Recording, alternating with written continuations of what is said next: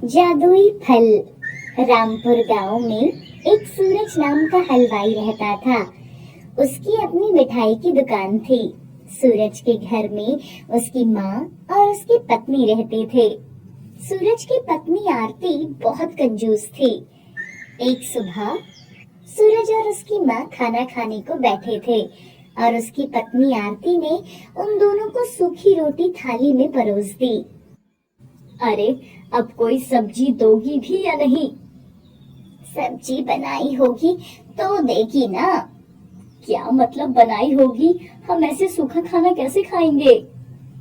अरे हर रोज सब्जी बनाते ही तो हैं। तुम्हें तो पता है सब्जी कितनी महंगी आती है। हर रोज नई नई सब्जी बनाने में पता है कितने पैसे खर्च होते हैं। आज तुम ना सूखी रोटी खा लो। अगर कभी सब्जी नहीं बनाऊंगी तो उसके पैसे तो बचेंगे ही ना। देखा तुमने, देखा कैसे हमें सूखी रोटी देकर चली गई। हे भगवान, अब बुढ़ापे में मुझे यही दिन देखने रह गए थे। अब मैं क्या करूं? तुमने सब लोगों ने मिलकर मेरी शादी इससे करवाई थी। अब मैं क्या करूं? खुद ही झेलो इसको।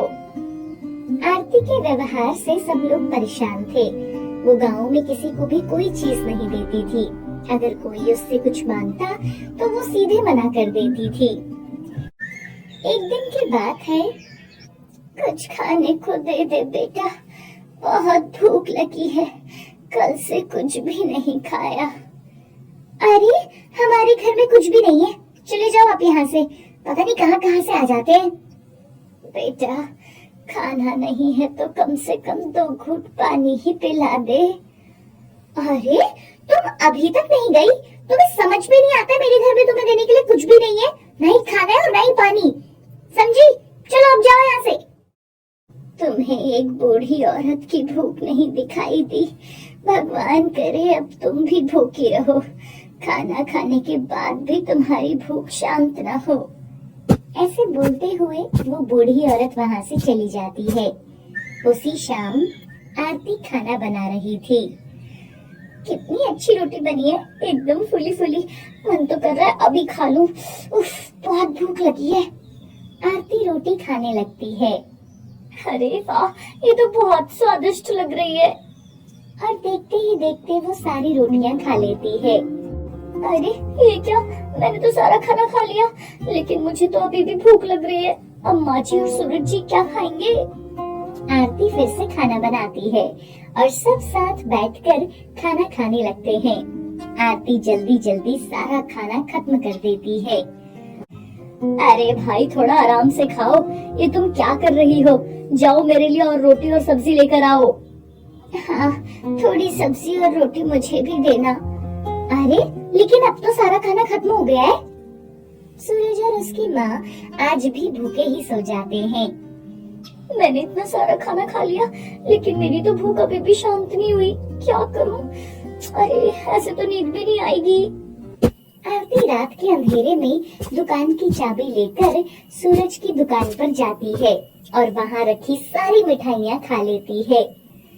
अरे सारी मिठाई खत्म हो गई, लेकिन मुझे तो अभी भी भूख लग रही है। हे भगवान, ये सब मेरे साथ क्या हो रहा है? मेरी भूख शांत क्यों नहीं हो रही? अगली सुबह, उफ, बहुत भूख लगी है। लगता है कहीं से खीर की खुशबू आ रही है। आरती जिस तरफ से खुशबू आ रही थी उसका पीछा करते हुए किसी के घर पहुंच जाती है। अरे वाह, गर्मा गर्म खीर। आरती सारी खीर खत्म कर देती है। लगता है इस घर में भी कुछ स्वादिष्ट बना है। आरती उस घर के अंदर जाती है और उनका भी सारा खाना खा लेती है। दूसरी तरफ, माँ बहुत भूख लगी है, जल्दी से खाना खाने के लिए कुछ दे दो। आरती न जाने सुबह से कहाँ चली गई है। बेटा आज मैं हलवा पूरी बनाने की तैयारी कर रही हूँ, थोड़ा समय लगेगा बनने में। तब तक तो दुकान चला जा, मैं तब तक खाना बनाकर दुकान में ही भिजवा दूंगी। उसके बाद सूरज दुकान पर जाता है और देखता है कि उसकी सारी दुकान खाली थी। दुकान की सारी मिठाइयाँ वहाँ से गायब थी। अरे ये क्या, दुकान की मिठाई कहाँ चली गई? कल ही तो मैंने सारी मिठाई बनाई थी। सूरज दुखी होकर अपने घर आ जाता है। इधर आरती अपने घर आ जाती है। अरे वाह, लगता है माँ जी ने ना हलवा पूरी बनाई है। कितनी अच्छी महक आ रही है। और आरती हलवा पूरी खाने लगती है। अरे वाह, कितनी स्वादिष्ट हलवा पूरी बनाई है। सूरज भी घर आता है और अपनी माँ को सारी बात बताता है।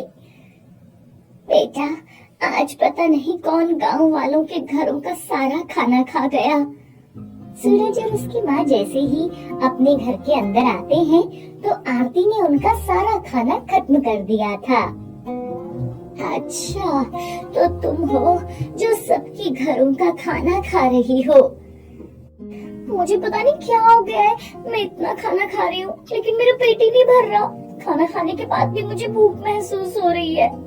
मुझे कुछ समझ नहीं आ रहा कि मेरे साथ ये सब क्या हो रहा है। ये उसी बूढ़ी औरत का श्राप है जिसे उस दिन तुमने पानी का गिलास तक नहीं पिलाया। अगले दिन आरती के घर वही बूढ़ी औरत आती है। आरती उसे देखते ही उसके पैरों में गिर जाती है और उससे माफी मांगती है। अम्मा, अम्मा मुझे माफ कर दो। उस दिन मुझसे बहुत बड़ी गलती हो गई। मैं आपकी भूख को नहीं समझ पाई, लेकिन अभी मुझे सब कुछ समझ आ गया है। आप अपना श्राप वापस ले लो और मुझे ठीक कर दो। एक बार दिया हुआ श्राप वापस नहीं लिया जा सकता। अम्मा जी, मैं सब कुछ करने को तैयार हूँ, आप बस मुझे ठीक कर दो। मैं ऐसे नहीं रह सकती। बूढ़ी औरत अपनी झोली से एक आम का फल उसे देती है। ये लो, इस फल को तुम्हें अपने परिवार के साथ बांट कर खाना है और इसके बीज को अपने आंगन में लगा देना। जब ये पेड़ बड़ा होगा तो इसके फलों को सबको बांटना। अगर तुमने कभी किसी को फल देने से मना किया तो ये श्राप तुम्हें फिर से लग जाएगा और फिर तुम उस श्राप से कभी मुक्त नहीं हो पाओगी। अम्मा जी, मैं सबको फल दूंगी, किसी को भी मना नहीं करूंगी। आरती आम का फल घर लेकर आती है और उसे काटकर सबको बांटती है और खुद भी खाती है और आम की गुठली को अपने आंगन में बो देती है। कुछ समय के बाद वो पेड़ बड़ा हो जाता है और उस पर बहुत सारे आम लगते हैं और आरती उन आमों को सब में बांटती है। यमुना पार सीता और गीता नाम की दो महिलाएं रहा करती थी। दोनों हर रोज यमुना पार से नाव में बैठकर नदी पार करती और अपनी सब्जियां वृंदावन की गलियों में बेचा करती थी।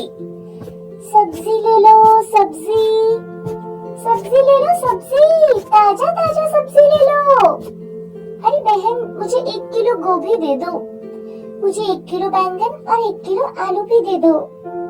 लोग ऐसे ही उनसे सब्जियां खरीदा करते थे। दोनों सुबह से दोपहर तक सब्जियां बेचा करती और दोपहर को यमुना किनारे बैठकर खाना खाती थी। वो अपने साथ रोटी और माखन लाती थी।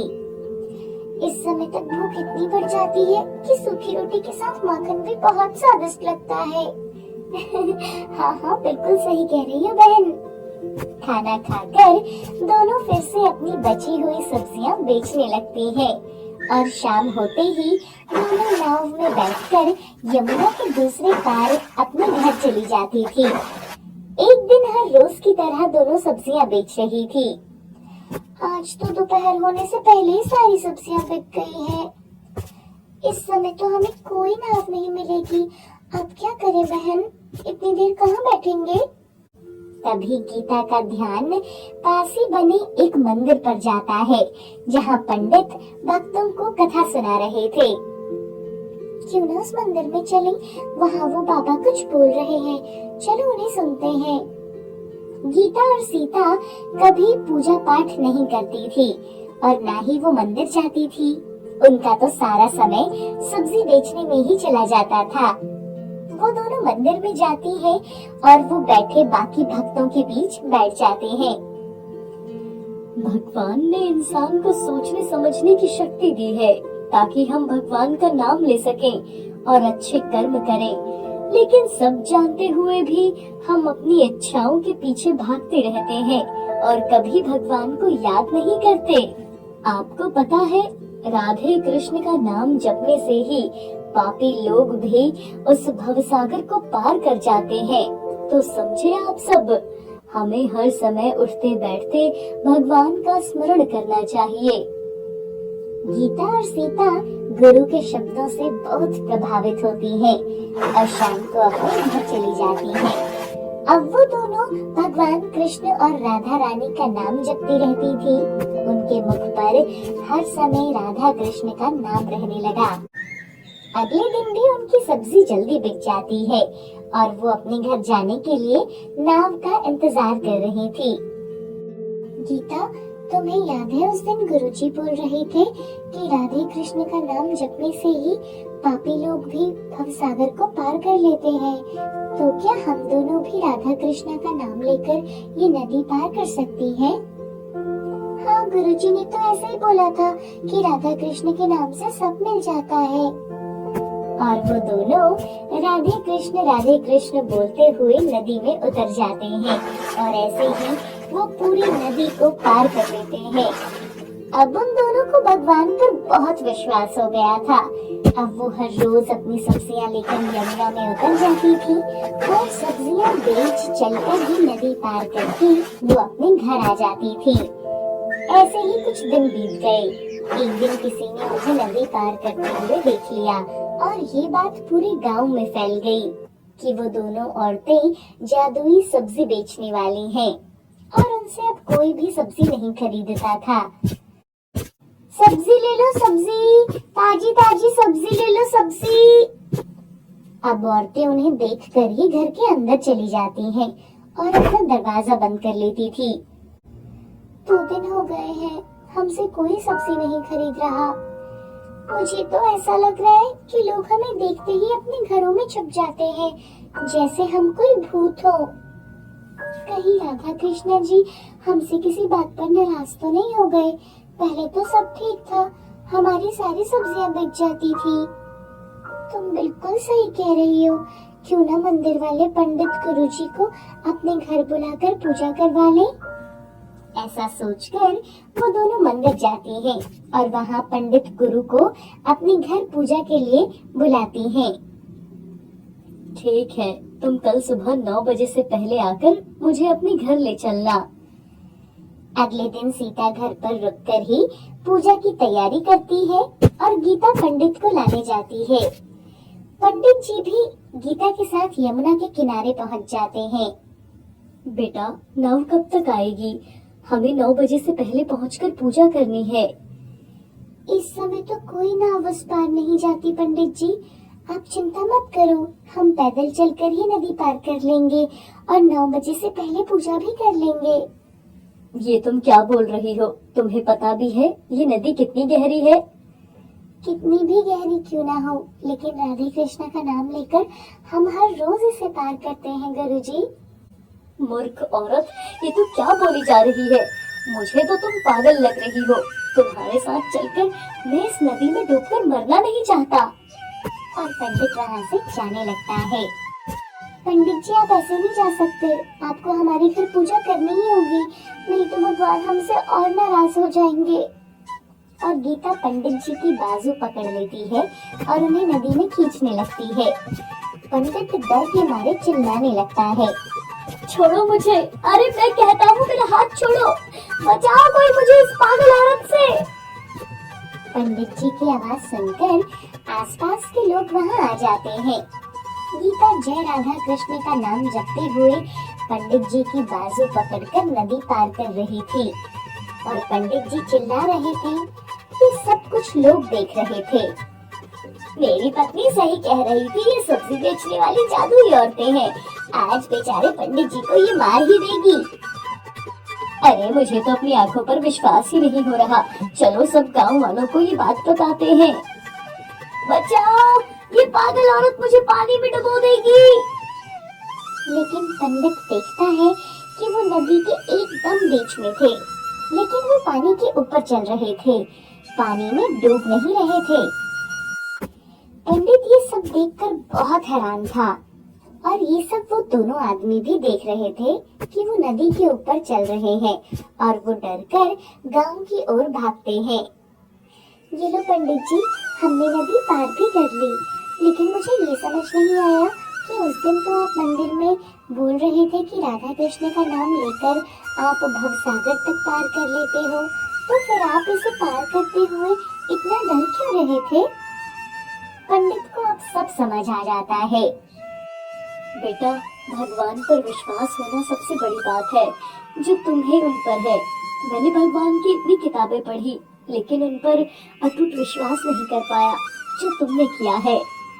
और पंडित जी की आंखों में आंसू आ जाते हैं। बातें करते करते कुछ ही देर में वो घर पहुंच जाते हैं, जहां सीता ने पूजा की सारी तैयारियां कर रखी थी। तीनों बैठकर भगवान की पूजा करते हैं। पूजा करने के बाद जब पंडित जी वृंदावन जाते हैं तो लोग उनके पास आते हैं। अरे पंडित जी, आप सही सलामत तो हैं? हमने तो सोचा था कि वो जादुई सब्जी बेचने वाली औरत आपको मार ही देगी। हाँ पंडित जी, आपको अपने साथ नदी में खींच रही थी। उसके साथ ना एक और औरत भी होती है। हमने 2 दिन पहले ही उन्हें नदी में चलते देखा था, तब से तो हम सब बहुत डर गए थे। पंडित वृंदावन में सबको गीता और सीता के बारे में बताता है। वो दोनों कोई जादुई औरतें नहीं, बल्कि हमारी तरह भगवान की भक्त है, बल्कि हमसे भी सच्ची और प्रिय भक्त है। भगवान पर अटूट विश्वास की वजह से ही वो दोनों पानी के ऊपर चलकर नदी पार कर लेती है। ये सब सुनकर लोग बहुत हैरान हो जाते हैं और उनकी भक्ति की प्रशंसा भी करते हैं। सब लोग अब गीता और सीता से नहीं डरते थे, बल्कि उन्हें बहुत प्यार से बुलाते थे और सब लोग पहले की तरह उनसे सब्जियां खरीदा करते थे। राधे राधे बहन जी, राधे राधे बहन जी, और बताओ कौन सी सब्जी दे दूं? 1 किलो टमाटर दे दो बहन। जय श्री राधे कृष्ण बहन जी, जय श्री राधे कृष्णा। मुझे 1 किलो गोभी और 1 किलो आलू दे दो। अब लोग सब पहले की तरह उनसे सब्जियां खरीदने लगे थे।